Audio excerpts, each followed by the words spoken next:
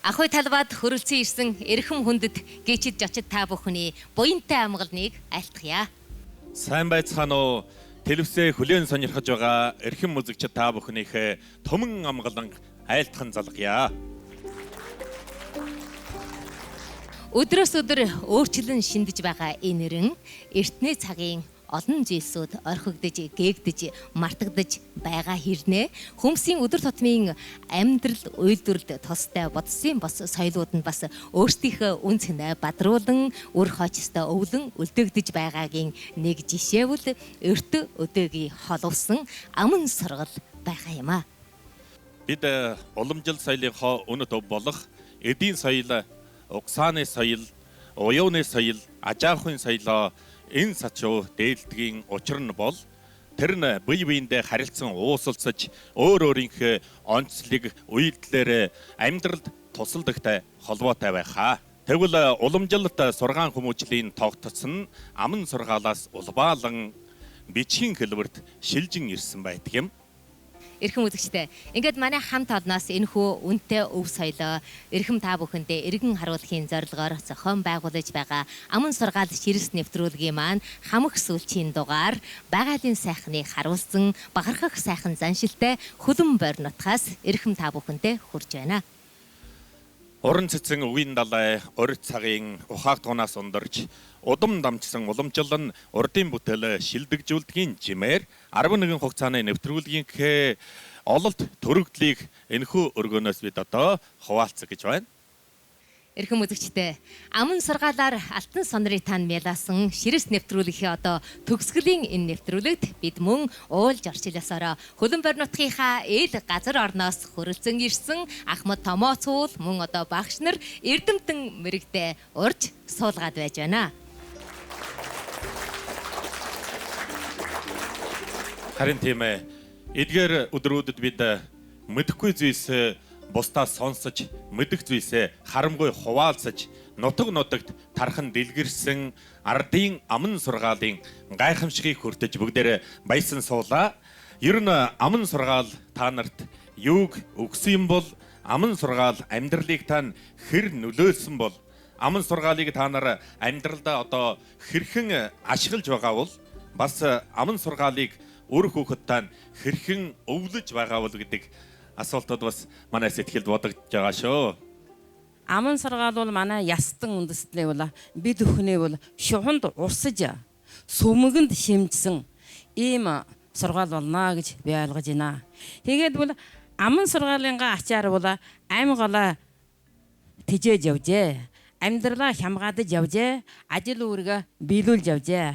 Ардын дуугаараа миний ээжвэл их уран өгтий сэчин ухаантай ардын дуу шимэ хар байгаа өөжингэн аман сургаал шингэсэн ардын дууны домд үлгэдүүлсэн болохоор олон ардын дуу мэддэг. Ардын дуун дотор юу шингэдэг юм да? Аман сургаал шингэдэг. За ийм тэгвэл одоо аман сургаал бол ард түмэн бидний амин сургаал болвч миний хувьд авч хэлвэл нэг насны амин хөрөнгө байгаа юм аа. Тэгээ би бол одоо аман сургаалын сайнаар бол нэг насаа өнгөртий өөтий өнгөрүүлсэндээ их баярлж байна. Нэн чөлөө энэ хайртай дуртай энэ өв хүргингээ сайнаар энэ удааны нэвтрүүлэгт орсондаа бол сэтгэл их өндөр байна. Та бүхэндээ баярлалаа. Тэгээ би бол багасаа хөдөөсөн хүүхэд. Аман сургаал хэзээ над аш тус үргээтэй мэ гэхээр бол одоо би барах нялх багаас л намайг хэлж аман сургаал аав ээжийн аман сургаалаар л би хүмүүжсэн байхаа гэж боддог. Яагаад гэхээр одоо миний багаас намайг хүн болох багаасаа хөлөг болох унгнаасаа өрлийг сургаар эрдмийг хишээлээр өрхий сургаараа бөрхий сур гэж ярьдаг. Нэрэ хүн болох багаасаа юм байна. Би бас өдөө нутагт одоо Ахмад Томоотон малчин хачирмалчтан дагаж олон сайхан багаасан ажил хийж одоо хонь мал одоо адуу мал үсгэх хариулах энэ талын ажилд бол одоо хам бивэр багаасаа оролцож явсан болохоор хөдөө нутгийн мань одоо тэр малчтын амьдрал соёлд бол зүйсэж өгвөл ерөөсө өдөр тутам ажил хэрэг явдал дээр дутдаг. Зарим үед одоо би бас одоо эрхлэх үед юм уу яахад өрхий сурахаараа бүрхий сураа гэдэг аав ээж шууд загтдаг байсан. Би өөрөө бол бас багасаа энэ ардын аман үлгэрээс л ихэж өөрөө бас уран зохиол шүлэг дууд дуртай болсон. Тэгээд би одоо бол эрт 20-аад наснаасаа эхэл би бараг 15 наснаасаа эхэл би шүлэг бичдэг байсан. Би дунд сургуульд ороод өөрөө шүлэг бичсэн тэр үед. Одоо ийгээд энэ бол бар намайхаа доо сургаасан энэ зүй эрсэгчин өг миний аавын үлгэр домог хэлж өгдөг. Тэгвэл одоо миний сурдаг яг аман дээрхээ радио телевиз тэр үед радио шүү дээ, одоо телевиз байх уу. Радиогаараа л одоо би бас энэ сонсоод үлгэр домог одоо ямар сайхан одоо ардын аман сургаалыг бүр сонсч явсан. Энэ сайнаар бол одоо би бас ийм сайхан өнөөдөр 60 насыг давж яваа боловч одоо Монгол сайлдаа хайртай. Энэ монголоор одоо бас бахархаж явдаг миний зүрх сэтгэл шингэсэн нэг халуун бахархлам гэж боддог юм аа. За баярлаа. За баярлаа. За яг эдид бол одоо манайхан энэ сайхан өргөөгөр дүүргэж оролцогчд үзэгчдийнхээ бодлын сайхан үгийг хуваалцаж аман сургаалынхаа ариун нандин иш эдийн гайхаж багтан сууж байгаа шүү дээ. Тэгвэл одоо энэ хэдэн өдрийн турш нэвтрүүлгийг шингээж явах хугацаанд бид бол эрдэмтэн судлаач нутгийнхаа Ахмад Томотынхоо сэтгэлийн сайхан оролцологтой өвгийн сайхныг дуулаж сонсож энэ их нэвтрүүлгийнхээ утга уулгыг баялагжуулсаар ирсэн болохоор өнөөдөр бас энд морлын саатаж ирсэн эрхэм нутгийн Ахмад Томотод эрдэмтэн судлаач нартаа баярлалаа гэдэг сэтгэлийн үгөө дахин та дуулгая. Эрхэм та бүхэндээ баярлсан шүү. Тэгээд залгаад одоо морлын саатсан эрдэмтэн судлаач Ахмад Томотынхоо сайхан сэтгэлийг хуваалцъя гэж бодож байгаа. Харин тийм шүү дээ. Одоо ингээд залгаад бид нар бас энэ аман сургаалынхаа ач үйлдэл тэгвэл одоо өр нөлөө мөн одоо хожмын хандшийн талаар одоо манай энэ удааны энэ ширэс нэвтрүүлгийн маань хойморт суусан эрдэмтэн мөргөд багш нарынхаа үнэлтийг сонсъё. Аман сургаалын үйлдэл нөлөө бол маш их. Аман сургаалыг хүртсэн хүн бол шилдэх хөв жансалтай болж чаднаа. Соёлтой хүн болж чадна. Өөрийнхөө овор, суртал эдгээр сайн сайхан нам бол одоо үргэлж шилдэгжүүлж буруу байвал засамжилж чаддаг. Эг бол одоо таних чадварыг дэвшлүүлнэ. Юу үнэн, юу сайн, юу сайхан, юу муу, юу худал, юу муухай гэдгийг бүр ялгаж чадах чадвартай болдог. Буян өрүүл авч явах үйлдэл үзүүлнэ. Энэ дотор бол махуудын өрүүл болоод ухааны өрүүлийг бүр багтаана. Эдгээрийг багтаасан ийм үйлдэл үзүүлдэг. Ухаан саруул явахд үйлдэл үзүүлдэг. Бодол зөв болоход үйлдэл үзүүлдэг. Чигч төв сурталтай, боловсон моралтай, зоригтой, итгэлтэй, ач нарлыг бодож явах энэ талаар нөлөөлж үйлдэл үзүүлдэг. Ой билгийн нэгдүүлнэ, ухааруулна, сөхөөрүүлнэ, ажилч хөдөлмөрч болгоно, хэл зөвшрүүлнэ, өөрийнхөө үжилтээ игээд хуряангуйлахад нэг хоёрхан үгээр хэлж болно. Өөрийн баримтаан дэлгэхэд бас ямар нэгэн дэлгэрэнгүй жишээ үлгэрээр бас дэлгэж ярьж болдог. Эдгээр бүхэнд бүр үйлдэл нөлөө үзүүлдэг. Манай гэрийн Ахмад болгосод та өөрөө насны хүн болсон ч хамаагүй, томоти буурал болсон ч хамаагүй, залуу өх эцэг болсон ч хамаагүй. Хүүхдүүдэд бол уламжлал соёл сурахт нь бол ямар нэгэн арга замаар зам тавьж өгөх хэрэгтэй. Ийм болохоор бид бүгдүүлэн бол зүгээр суухаараа зүлгis сууя. Бүгдөө зүйлвэл юу гэдэг лээ бүтнэ. Бүлээн усаар баавал ариуснаа гэсэн шигээр одоо хамтаараа ийм хамтын ажиллагыг хамжиж байгаад хийвэл хамаг сайн. Эрхэм та бүхэндээ элгээр өнг хамгалан төрлөөрөө төвшин амгалан байх болтугай. За маш их баярлалаа. Та үнэхээр учир утгатай сайхан дүгнэлт өглөө. За ингээд одоо дараах дүгнэлтийг манай 3 дугаар багийн ахлагч боёо. Одоо хөлөн бойр нутгийнхаа нэр төрийг өргөж яваа. Одоо манай нутгийн маань Ахмад зохиолч га шархуу багш танд одоо даалгаж байна. За тэгээд танай сайхан дүгнэлтийг сонсъё. Аман сургаал бол энэ гэр бүл гэдэг юм уу тогтоож өгсөн одоо бичигдээгүй хууль, бичигдээгүй дүрм, бичигдээгүй тогтоол гэж би хувьдаа үздэг. Яагаад байгүй бол энэ эх эсхийн заасан багшийн хэлснийг энэ хүн юунд мартдаг юм? Энэ хууль дүрмтэйгээ адилхан, дүрм тогтоолтойгоо адилхан ингэж цөөжилсөн болохоор энэ маань бол одоо энэ нэг хүний боёжилт, өсөлт, зан чанар гэдэг юм уу, эрдэм соёлд гэдэг юм уу маш их нөлөөг үзүүлдэг юм байна. За тэгвэл энэ 2 дугаарт нь бол энэ шинэ үеийн сургаан хүмүүжлийн систем бол өөрчлөгдөж байгаа юм тийм бид. Манай багын үед одоо миний багын үед 50-60-аад оны үед бид ямар юм сонсдог байсан юм. Бид домог яриа, явган үлгэр. За тэгвэл одоо энэ зүйрссэн үг. Өннийг бол оройн аражуунаас биш. Тэгэхэд аражу гэдэг юм бараг байхгүй байжээ. Нэг 57-8 оны үеэр тэр хоршоо гэж болж явах үед нэг төмөр аражу байжсэн. Тэгээд энэ аман уламжил, энэ аман сургаал, энэ аман уран зохиол, аман одоо үлгэр маань бол настай чудаас, буурал чудаас бидэнд уламжилсан энэ сургуулийн гаднахыг одоо ийм нэг сайхан сургаан хүмүүжил байх юм. Гэхдээ энэ нийгэм хөгжижээ, улс орон хөгжижээ. Одоо үнэн урд гараагүйгээр одоо энэ жаргалын домд шомбож байна. Одоо энэ бол бид энэ хөгжлийн яриаг сонсгоо болж телевиз одоо тэгвэл үнэ гар утсанд ороод байгаа.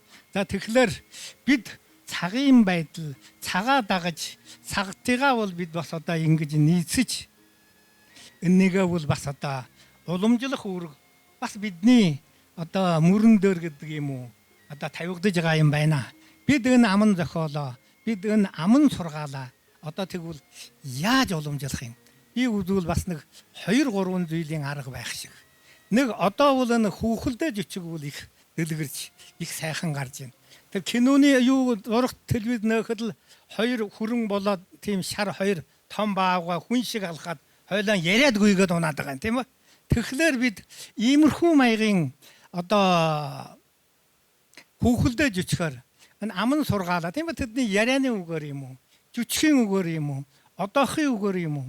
Ингэж амьлуулах нь бол бас одоо манай энэ уран зохиолчдын, жүжигчдийн, кино бүтээгчдийн бас нэг санаандаа авах, сэтгэлдээ авах, сэтгчлэн бодох бас нэг ийм нэг юу юм уу гэж одоо үүрэг хариуцлага байх хэрэгтэй гэж би одоо өнөөдрийн суусан одоо багш нарт нөхөдтэй, дүүнэртэй ингэж ярив. Тэгээд өнөөдрийн нэг болоод өсвөрийн 2 өдрийн нэг сайхан шингээтэй дамжаад би бас одоо унтснаасаа сэрсэн юм шиг боллоо.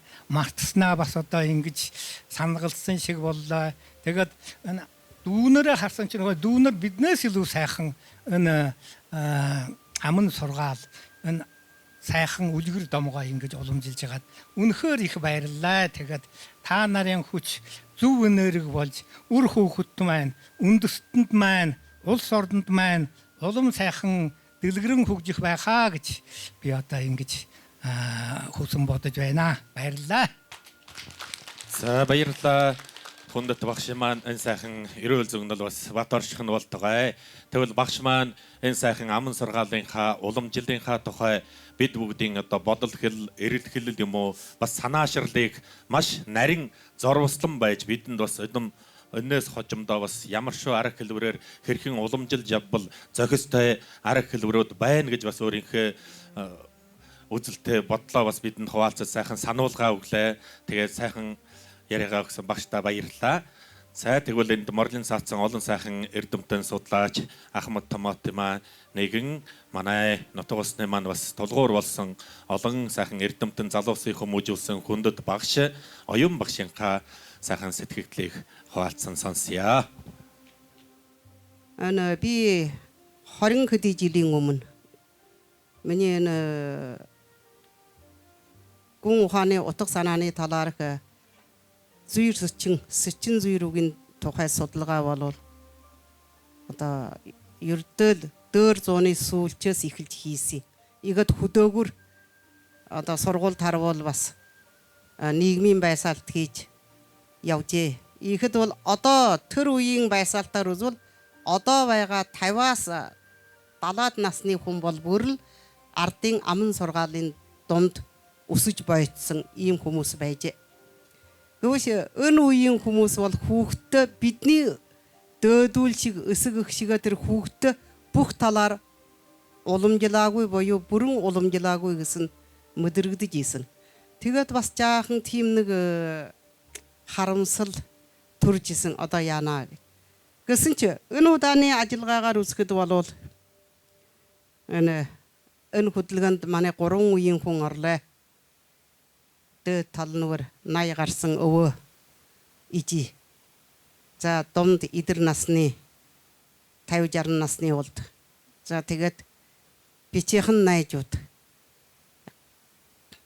Ихлээр ийм 3 үеийн хүн оролцоод байгаа явдал бол одоо манай энэ аман сургаал бол өвлөгдөж уламжлагдж байна гэснийг харуулж байна. Юм болгон хувирж хөгжих дунд бол манай аман сургаал бас зарим талаар алдагдж байгаа боловч бас шинчлэгдэж хөгжиж явах тал байдаг. Зүйр сүчин үгээр аваад хэлбэл тэр цаг үеий дагаад их нөөлтөж чанартайгаар хөгжсөн тал байдаг. Шүн зүйр үг гарч ирсэн байдаг. Ихлээр бол зөвхөн нэг зүйр үгээр аваад хэл их зөв. Намын бодлого бол нийтэд, төрийн бодлого түмэнд гэсэн сайхан зүйр үг зохиогдсон байдаг. Ихлээр бол энэ бүр хөгжлийн жим ёстыг нийцэж байна. Амьдралд байгаа амьд сөрөн үлд оюун ухаантай хүн онцгой бичиг үсгтийн хүн хэрвээ шүн зүйр үгийг хөгжлийн жим ёстыг нийцсэн хэрэг бодсын уг чанарыг илтгэсэн үгийг зохиох юм бол бас болох юм байна гэж бодож байна. Ихлээр одоо гэрийн ахмад бол эцэг эх болгосод мөнч өвөг өмөх болгосод саяын хас туяа багшийн хэлснээр үргэлжлэн энэ аман сургаалаа уламжилж зөвхөн одоо 2 мөр 4 мөр 3 мөрдөр зогсгүй үргэлжилсэн үгийн үлгэр дом гэж гана ярьж ийгэж шармаж явуул сайн юм байна гэж ийм нэг төрөгдөл оллоо. За тэгээд одоо хамгийн сүүлд болвол энэ удааны хөдөлгөөнөөр аман сургаал бол амин сургаал мөн гэсэн сайхан нотлолтыг оллоо. Та бүхэндээ баярлалаа. За баярлалаа. Ардима сайхан уламжлал аман сургаалынхаа тухай элбэг дэлгэрэнгүй сайхан уулгыг бидэнтэйгээ хуваалцсан оюун багштаа баярлалаа. Тэгвэл энэхүү сайхан өргөөгрийн маань бүтэн сайхан дүүргэж энэ хэдэн дугаарын нэвтрүүлгийн маань бүхий л алхмуудад ахуй талбайд хөрөлцөн ирж бидэнтэй нялх балчир нарснаас маань өтлөө буурал насанд хөрөх болтлох хүн амьдралын бүх аян замын туршид ямар шуухан аман сургаал маань бидэнд аль цаг эрен дээр нь ямар шуухан аж тусаа хөртөөж байдаг тухай ингэж дэлгэрэнгүй уулгаар хуваалцаж нэвтрүүлгийн маань төгөлдөр болгосон эрхэм хүндтэй эрдэмтэн судлаач хүндэт Ахмад Томоотод эрхэм хүндтэй оролцогч үзэгч та бүхэндээ маш их баярлсан шүү. За та бүхэндээ маш их баярлалаа. Өр хүүхдийнхээ төлөө өөрийгөө зориулж, ирээдүйн хойцсийнхаа төлөө оюунаа зориулсан өвөг дээдсийн маань өвлөн үлдээсэн амин ухааныг өгөөр хэлхэн өргөн түмэндээ дээжлэн барьсан 12 удааны аман сургаал нэвтрүүлгийн маань сүүлчийн дугаар ийхүү үлзэтэй сайхан өндөрлөж байна.